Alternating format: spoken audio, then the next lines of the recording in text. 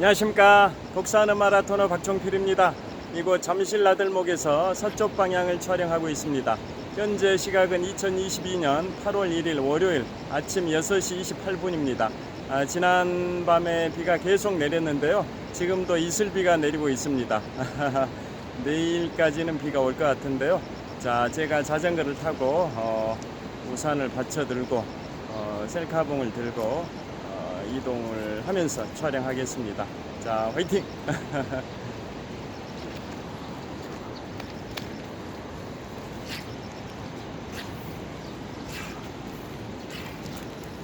자, 현재 서쪽 방향을 촬영하고 있는데요. 셀카봉을 약간 조절을 해야 할 것 같습니다. 왼손에는 자전거 핸들을 잡고 오른손에는 셀카봉과 우산을 동시에 잡으려면 좀 조절을 해야 됩니다. 셀카봉을.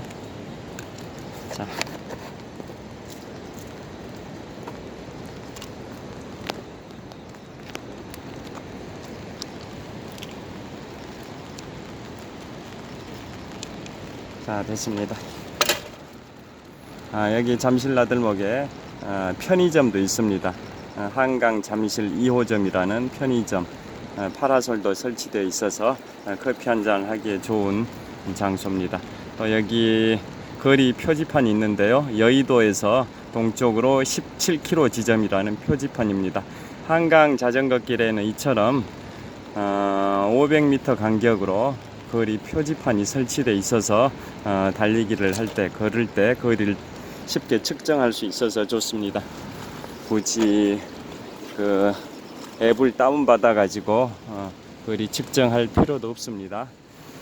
자, 비가 내리고 있는 2022년 8월 1일 월요일 아침 6시 33분 정도 됐을 것 같은데요. 제가 자전거를 타고 동쪽 방향으로 이동하면서 촬영을 하겠습니다. 어제는 저녁에 한강 자전거길에서 비가 비교적 제법 많이 쏟아지는 상황에서 자전거를 타면서 유튜브를 찍었는데요. 그때나 지금이나 비 올 때 유튜브를 찍는 방법은 자전거를 탄 상태에서 왼손으로는, 제가 왼손잡이입니다. 그래서 왼손으로는 자전거 핸들을 잡고 오른손으로는 셀카봉이 장착된 스마트폰이 장착된 셀카봉과 우산대를 동시에 잡습니다. 우산의 손잡이와 스마트폰이 장착되어 있는 셀카봉을 동시에 오른손으로 잡고 왼손으로는 자전거 핸들을 잡으면서 촬영하고 있습니다. 가끔 자전거길에 저렇게 차량이 지나가는 경우는 무단으로 지나가는 게 아니라 한강 공원의 관리 차량입니다. 순찰 차량.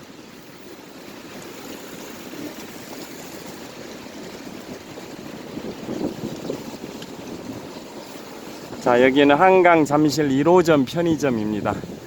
잘 아시다시피 한강공원은 여러 지구가 있는데요. 동쪽부터 말씀드리면 광나루지구, 그 다음에 이쪽이 잠실지구, 또 강북의 뚝섬지구, 또 잠원지구, 반포지구, 또 강북의 이촌지구, 또 여의도지구, 양화지구, 또 강북의 난지지구. 이처럼 한강공원은 그 각 지구가 있어서 한강공원을 관리하고 있는데요. 이쪽은 잠실지구입니다.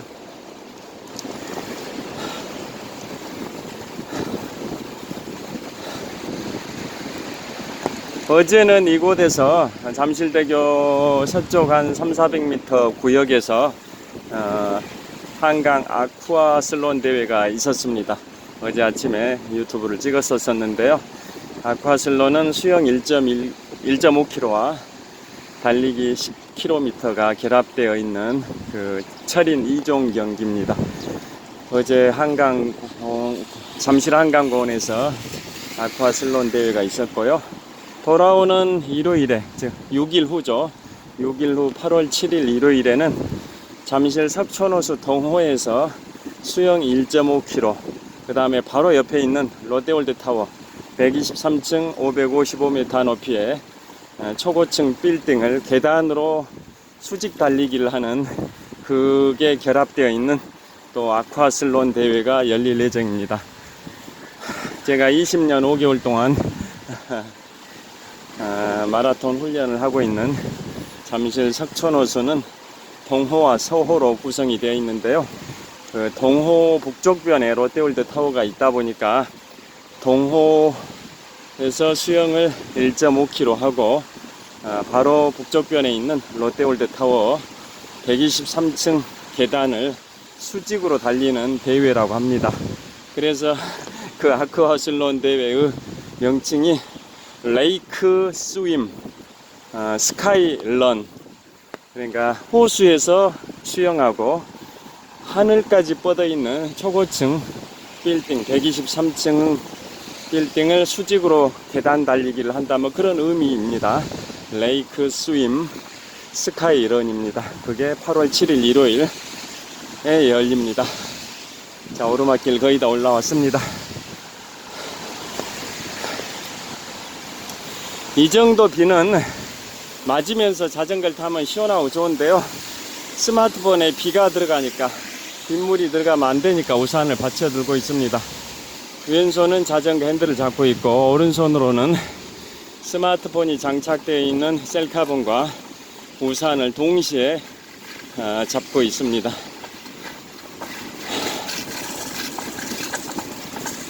비가 오는 아침이어서 그런지 사람들이, 자전거 타는 사람들이 거의 없는 것 같습니다.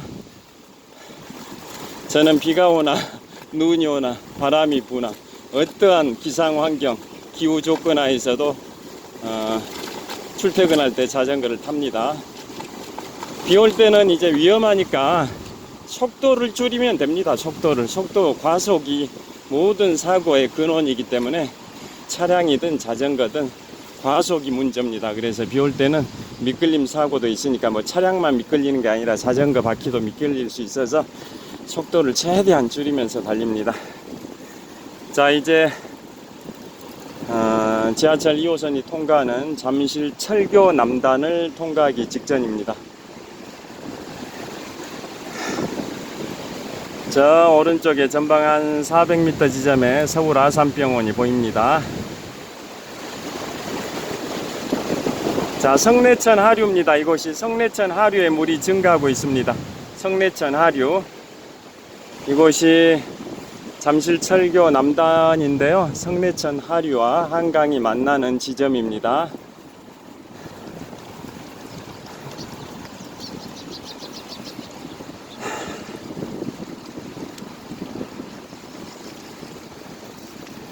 그야말로 더위의 절정기 8월 1일인데요. 이렇게 비가 내려서 더위를 잠시나마 식혀주는 것 같습니다. 그 비 오기 전에는 낮 최고가 한 35도까지 올랐는데요. 지금 비가 내리는 상황이다 보니까 낮 최고 기온이 한 30도에서 31도 정도까지만 오르는 것 같습니다. 폭염, 불볕더위, 땡볕더위를 달래주는 시원한 빗줄기입니다.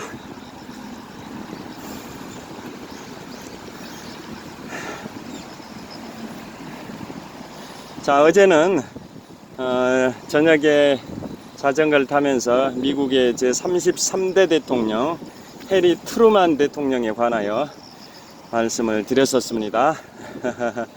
인류 최초로 원자폭탄 투하 결정을 하고 실제 투하를 해가지고 전쟁을 종결시켰던 인물이 2차 세계대전 종반과 6.25 한국전쟁 당시에 미국 대통령이었던 미국의 제33대 대통령 해리 트루만 대통령에 관하여 말씀드렸습니다.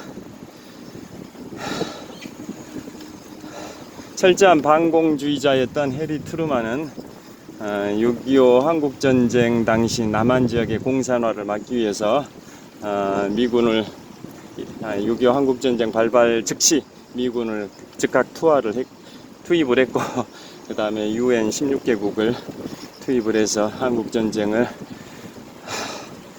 승리로 이끌었던 미국의 대통령인데요.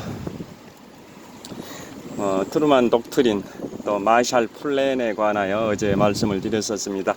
그래서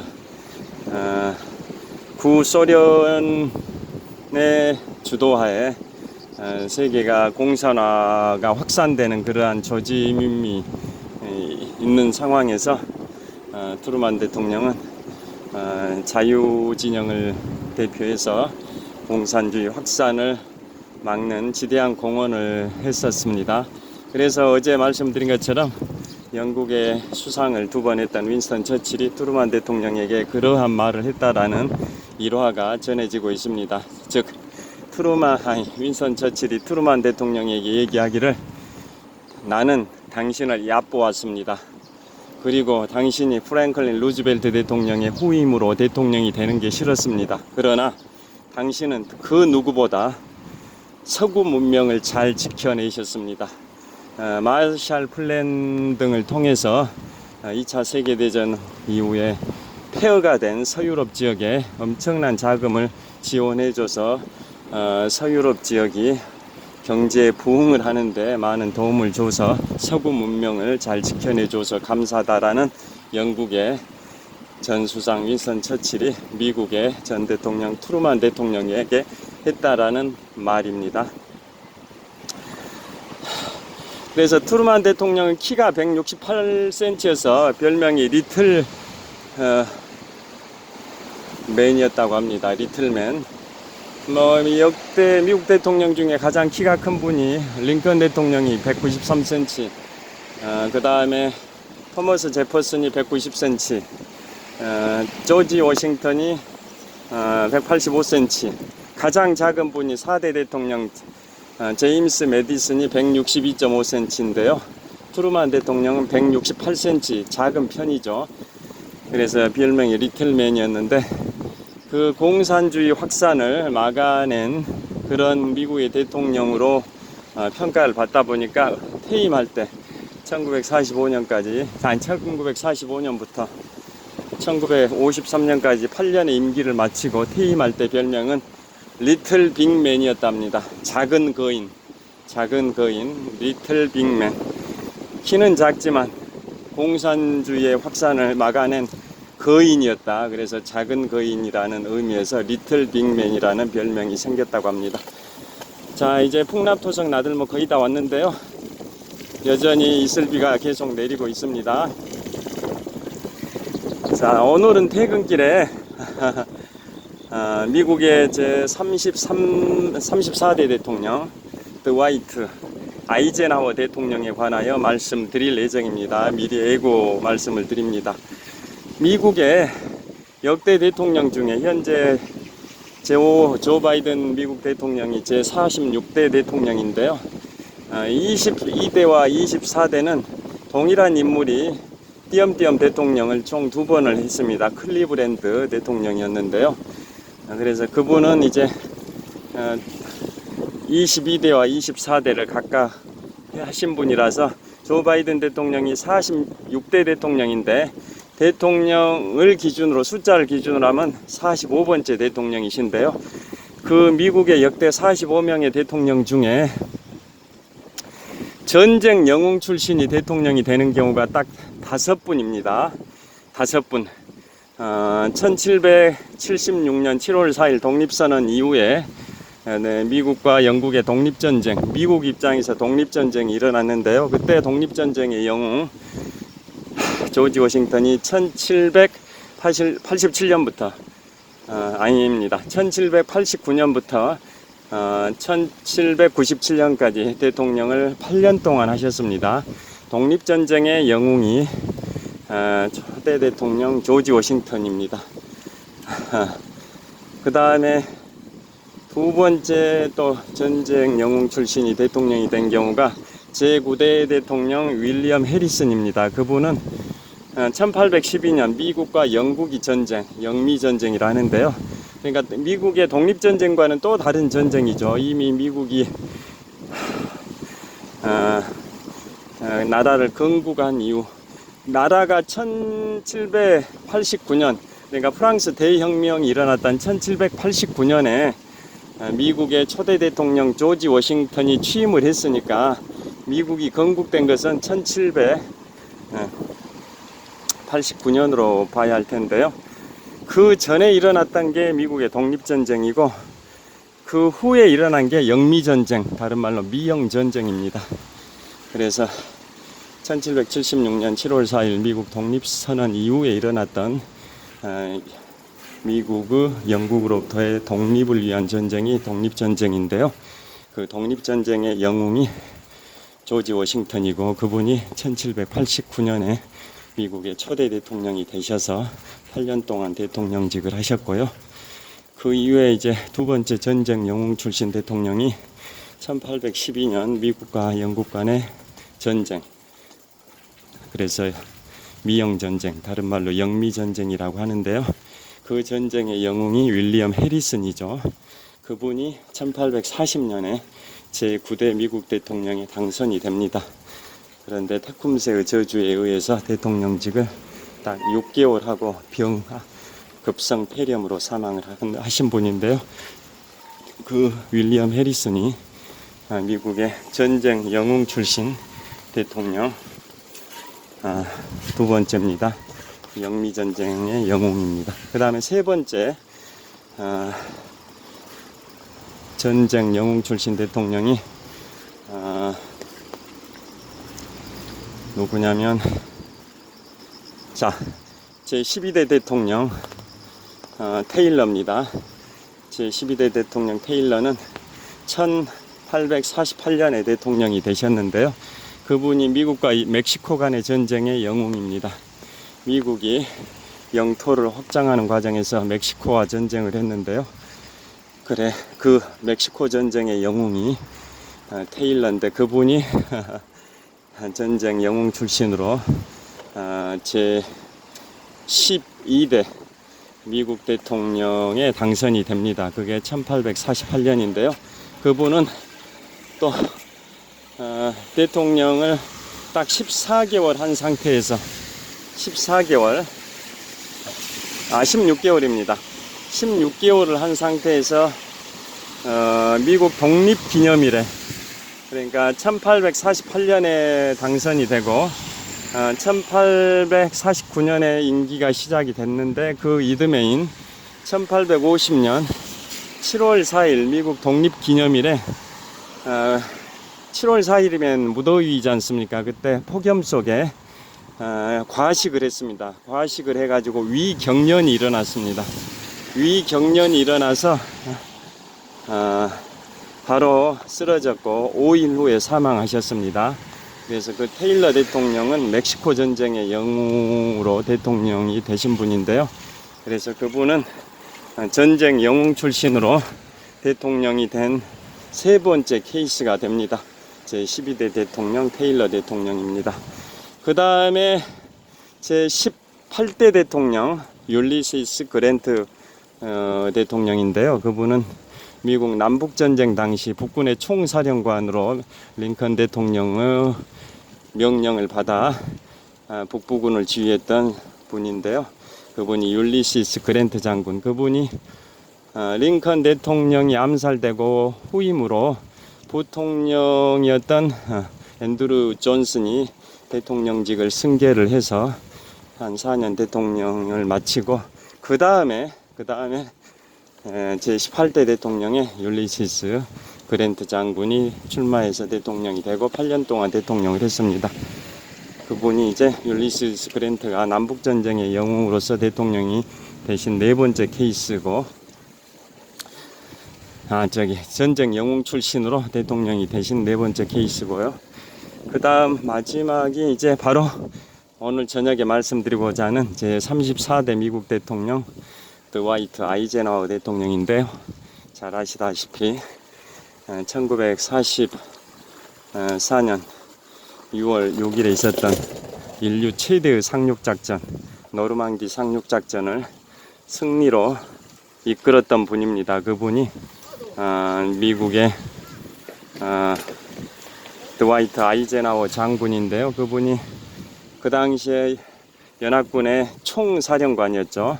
유럽전선 연합군의 총사령관 드와이트 아이젠하워가 드와이트 아이젠하워가 1944년 6월 6일에 인류 최대의 상륙작전인 노르망디 상륙작전을 성공시켜서 2차 세계대전의 전환점을 만들었고, 이듬해인 1945년 4월 30일에 히틀러가 권총 자살하고 5월 8일에 독일이 미국, 영국, 프랑스에 항복을 하고 5월 9일에는 독일이 소련에 항복을 해서 2차 세계대전의 유럽 전선이 종결됐는데요.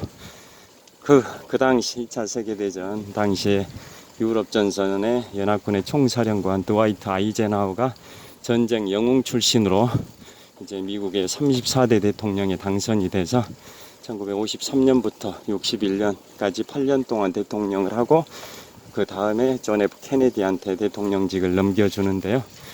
그 과정에서 드와이트 아이젠하워는 1945년에 2차 세계대전이 끝나고 그 다음에 48년에 군인에서 퇴역을 합니다. 퇴역.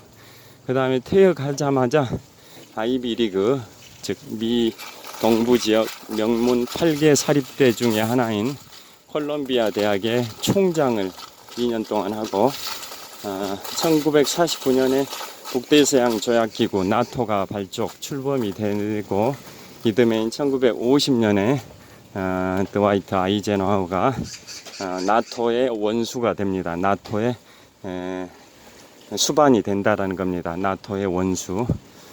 그 다음에 그로부터 2년 후인 1952년에 그 전쟁 영웅인 드와이트 아이젠하워를 공화당에서 영입해서 공화당 대통령 후보로 수대를 합니다. 그래서 당선이 되고, 그래서 53년부터 61년까지 8년 동안 공화당으로 미국의 34대 대통령이 되신 분이 아이젠하워 대통령인데요. 그래서 미국의 역대 대통령 45명 중에 군인 출신으로, 즉 전쟁 영웅 출신으로 대통령이 된 케이스가 5분인데, 다시 5분을 정리하면 초대 대통령 조지 워싱턴, 제9대 대통령 윌리엄 해리슨, 제12대 대통령 테일러, 제18대 대통령 율리시스 그랜트, 제34대 대통령 드와이트 아이젠하워인데요. 그 5분의 전쟁 영웅 출신 대통령 중에 5분 다 정치적으로 대통령으로 전쟁에서 영웅이었듯이 다 대통령으로서 인기 있고 성공리의 대통령을 했냐? 그건 아닙니다. 조지 워싱턴과 드와이트 아이젠하워 2분만 전쟁 영웅 출신으로서 성공적으로 대통령직을 수행했다라는 평가를 받고, 나머지 3분 윌리엄 해리슨, 테일러, 율리시스 그랜트 이 3분은 전쟁에서는 영웅이었지만 대통령직 수행에 있어서는 별로였다, 잘했다라는 평가는 못 받습니다. 자, 이제 횡단보도 신호를 대기하고 있는데요. 촬영을 마무리하도록 하겠습니다. 자, 오늘도 천호역 도착 한 100m 전에 신호를 대기하고 있습니다. 오늘 현재 시각은 2022년 8월 1일 월요일 아침 6시 52분입니다. 자, 계속 혹서기가 지속되고 있습니다. 1년 중 가장 더운 시즌인데요. 혹서기 건강관리에 각별히 유의하시기 바랍니다. 오늘 저녁에 미국의 34대 대통령 드와이트 아이젠하워 대통령에 관하여 영상을 촬영할 텐데요. 오늘 지금은 간단하게만 소개해 드렸습니다. 자, 시청해 주셔서 감사합니다. 좋은 하루 되십시오.